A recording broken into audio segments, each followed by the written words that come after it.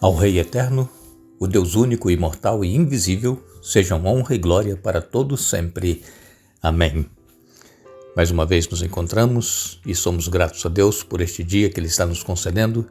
Somos gratos a todos vocês que estudam conosco a Bíblia cada dia, todos que compartilham esses estudos com outras pessoas e também que clicam no dedinho de joinha. Queremos agradecer a vocês que são inscritos no canal Hora Tranquila e que nos escrevem dizendo de onde estão acompanhando os estudos. Mandamos aqui um alô especial para Leonor Maia e Albino, são de Portugal. Anselmo William Kepler também é de Portugal. William Wagmacher Neto é de Sobreiro, Laranja da Terra, no Espírito Santo. Daniel Júnior é de Belo Horizonte, Minas Gerais. Daniel Souza é de Vilhena, em Rondônia, pedindo oração para que consiga a documentação da casa. Abdias Oliveira e família também nos acompanham. Eli Alves, de Ipatinga, Minas Gerais, parabenizando a esposa Irani, completou mais um ano de vida, dia 28. Também Dr. Simvaldo Dias, de Birigui, São Paulo, completou também mais um ano de vida de casamento.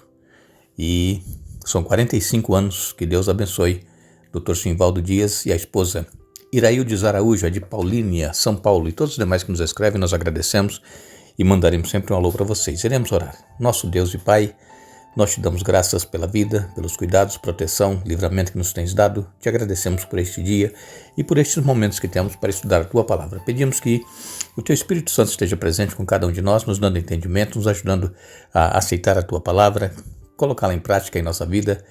E todos aqueles que passam por momentos difíceis, que nos pedem orações, que Tu dê vitórias a cada um conforme a Tua vontade. Daniel Souza, lá de Vilhena, pede que Tu abençoes, que ele consiga logo a documentação da casa. Também pedimos uma bênção especial para Irani, lá de Ipatinga, completou mais um ano de vida. Também Dr. Simvaldo Dias e esposa, 45 anos de casados, que sejam abençoados por Ti cada vez mais. Em nome de Jesus, Pai, nós te pedimos as bênçãos e o perdão dos pecados. Amém. Iremos dar sequência ao estudo desta semana, falando sobre fé contra todas as dificuldades.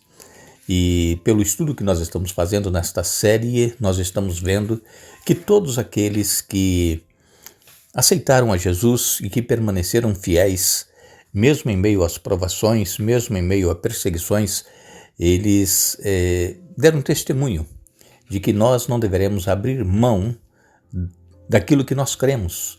E nós precisamos viver uma vida cristã com propósito. E qual é o nosso propósito? É estar nos céus com Jesus. E para estar no céu com Jesus, nós precisamos perseverar. Porque se nós desistirmos, nós perderemos a coroa. Então nós não podemos desistir. Nós temos altos e baixos na vida espiritual, nós temos problemas, nós caímos, mas nós temos que pedir a Deus forças, nos levantarmos e continuar a caminhada. Jesus, ele já venceu a morte eterna por cada um de nós. Ele pagou o preço do pecado e Ele está pronto a nos ajudar. Nós precisamos clamar. E os reformadores, especialmente ali da Idade Média, por volta do ano 1500, eles deram um testemunho firme da fé que eles tinham em Jesus. E eles começaram a descobrir as verdades que estavam sendo escondidas pelos líderes da igreja, porque ninguém tinha acesso à Bíblia. Somente as pessoas que faziam parte do clérigo da igreja dominante da época e que perseguia os cristãos, eles é que tinham a Bíblia e eles interpretavam da maneira que eles queriam e transmitiam para os seus fiéis. Mas alguns destes reformadores tiveram acesso à Bíblia e eles descobriram verdades que era escondida. Eles descobriram que a salvação não é pelas obras, a salvação é pela fé em Cristo Jesus, no sacrifício de Jesus. E então isso fez com que houvesse esta grande reforma protestante, que nós temos ali o Wycliffe, nós temos o Tyndale, nós temos Martinho Lutero, nós temos John Knox, nós temos John Wesley e tantos outros grandes reformadores. E eu repito para vocês que toda essa história está no livro Grande Conflito e você deveria tirar um tempo para ler, especialmente essa semana, os capítulos 7 a 11 do livro Grande Conflito. Ali você vai encontrar a história desses mártires, desses homens que se mantiveram firmes, mesmo sendo levados à morte. Nós, quando lemos na palavra de Deus, em Efésios, no capítulo 2, nos versos 8 e 9, a palavra de Deus, ela nos diz que pela fé nós somos salvos pela graça. Vejam, Efésios 2, versos 8 e 9. Vocês são salvos pela graça, por meio da fé. Isso não vem de vocês, é uma dádiva de Deus. Não é uma recompensa pela prática de boas obras para que ninguém venha a se orgulhar. Então muitas pessoas praticam boas obras e se orgulham de praticar boas obras porque pensam que as boas obras vão salvar. As boas obras elas não salvam, elas são consequência da pessoa ter sido salva. A salvação é pela fé que nós temos e então a graça ela nos alcança e nós somos salvos pelo sangue de Jesus. Quando nós lemos em Romanos no capítulo 3, nos versos 23 e 24, assim nos diz a palavra de Deus. Pois todos pecaram e não alcançam o padrão da glória de Deus, mas Ele, em sua graça, nos declara justos por meio de Cristo Jesus, que nos resgatou do castigo de nossos pecados. Então, aqui Paulo falando que somos pecadores, estamos destituídos da glória de Deus, mas a graça nos declara justos por meio de Cristo. E quando nós lemos aqui em Romanos no capítulo 5 e no verso 1, o apóstolo Paulo ele escreveu: portanto, uma vez que pela fé fomos declarados justos, temos paz com Deus, por causa daquilo que Jesus Cristo, nosso Senhor, fez por nós. Então, pela fé, nós somos declarados justos. E quando lemos também em Romanos capítulo 5 e no verso 9, aqui o apóstolo Paulo ele vem dizendo: e uma vez que fomos declarados justos por seu sangue, certamente seremos salvos da ira de Deus por meio dele. Então, pela fé, nós fomos declarados justos. Agora, através do sangue, diz aqui o apóstolo Paulo no verso 9, nós seremos salvos da ira de Deus por meio dele. Quem? Por meio de Jesus. E também, em Romanos no capítulo 3 e no verso 24, o apóstolo Paulo, ele aqui escreveu: mas ele, em sua graça, nos declara justos por meio de Cristo Jesus, que nos resgatou do castigo por nossos pecados. Então, o apóstolo Paulo, aqui em Romanos, no capítulo 3, nós lemos primeiro capítulo 5, verso 1, que é pela fé que nós alcançamos a graça. Ele vem nos dizendo que é pela fé que nós chegamos à graça, que é a fonte da salvação. É a graça de Jesus. E essa graça, quando nós ali chegamos, nós encontramos a fonte da salvação, que é o sangue de Jesus, que nos purifica de todo o pecado. Vejam, pela fé, nós somos levados à graça que nos leva ao sangue de Jesus, que nos purifica de todo o pecado. Então nós precisamos entender que a salvação, ela só vem pelos méritos de Jesus, ela não vem pelos nossos méritos, pelos nossos esforços. E quando nós somos verdadeiramente convertidos pela palavra de Deus e somos transformados pelo poder de Jesus, nós, então, recebemos poder e força para vencermos nas lutas diárias que nós temos em nossa vida cristã.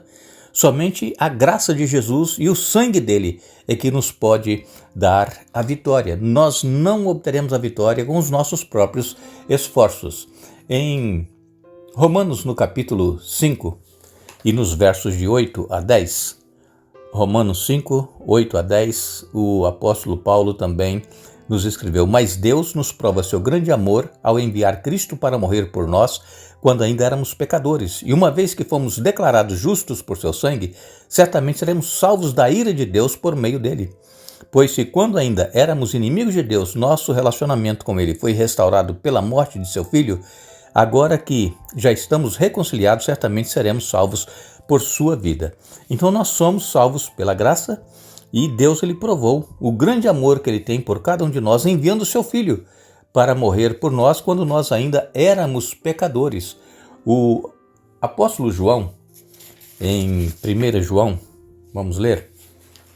1 João, no capítulo 1 e no verso 7, 1 João, capítulo 1, verso 7, o apóstolo do amor, ele nos diz: mas se vivermos na luz, como Deus está na luz, temos comunhão uns com os outros, e o sangue de Jesus, seu Filho, nos purifica de todo pecado.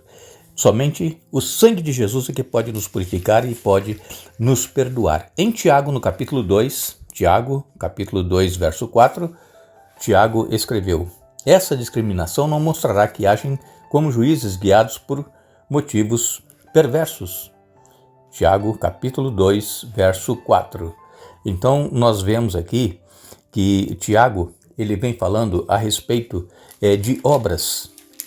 As obras, elas sem a fé, elas são mortas. A fé, ela é que leva a pessoa justificada por Cristo a praticar boas obras. Em Tiago, capítulo 2, no verso 19, você diz crer que há um único Deus. Muito bem, até os demônios creem nisso e tremem de medo. Vejam, não adianta nós crermos, somente crermos porque até os demônios creem, mas isso não faz com que eles sejam transformados. Nós precisamos crer e praticar aquilo que nós cremos. Tiago, então, ele é claro aqui em dizer em sua carta, capítulo 2, verso 14, de que adianta, meus irmãos, dizer que têm fé, se não a demonstram por meio de suas ações? Acaso esse tipo de fé pode salvar alguém? Aí nós lemos no verso 21, Tiago 2, verso 21, não lembram que nosso antepassado Abraão foi declarado justo por suas ações quando ofereceu seu filho Isaque sobre o altar? Somente quando Abraão colocou a sua fé em ação, quando ele mostrou que ele cria no poder de Deus e ofereceu seu filho Isaque em sacrifício, e isso demonstrou que Abraão tinha fé e que as obras dele, que era sacrificar o seu filho, vinha em consequência da sua fé, porque de nada adiantaria Abraão ter fé em Deus, mas se ele não exercesse, não praticasse as boas obras. Quando nós lemos a Bíblia, nós aprendemos que a justiça divina, ela exige obediência. A vida perfeita de Cristo, ela está no lugar de nossa imperfeição. Nós não conseguimos obedecer a Deus por nós mesmos. E Martinho Lutero, então, juntamente com os outros reformadores protestantes, eles descobriram Cristo e somente Jesus é a fonte de salvação. E foi então que Lutero começou a pregar a mensagem da graça salvadora de Cristo. Multidões se reuniam para ouvir suas mensagens sinceras e transformadoras. As palavras de Lutero eram como um copo de água fria no deserto estéril da vida das pessoas. E quando Lutero então leu o Novo Testamento, ele comoveu-se com a bondade divina, ele ficou surpreso com o desejo de Deus de salvar toda a humanidade. Antes, as pessoas, como eu já disse para vocês algumas vezes, não tinham acesso à Bíblia antes de começar essa grande reforma protestante. Somente quando eles encontraram a Bíblia e começaram a ler, foi que eles descobriram que a salvação, ela não vem pelas obras, como a igreja dominante exigia que as pessoas fizessem sacrifícios, penitências, pagassem indulgências para poderem obter a salvação. Era isso que as pessoas conheciam. Mas a Bíblia, então, mostrou aos reformadores que a salvação, ela vem pela fé, através da graça de Jesus, que nos leva a nós chegarmos à fonte que é o sangue de Jesus, que nos purifica de todo o pecado. Nós agradecemos a cada um de vocês por estarem conosco estudando a Bíblia a cada dia. Retornaremos amanhã para dar sequência ao estudo desta semana. E quero fazer ainda uma pergunta a cada um de vocês. Crê você que somente o sangue de Jesus é que pode nos purificar de todo o pecado? Não nos esqueçamos. Crede no Senhor vosso Deus e estareis seguros. 2 Crônicas, capítulo 20, verso 20. Que Deus nos abençoe.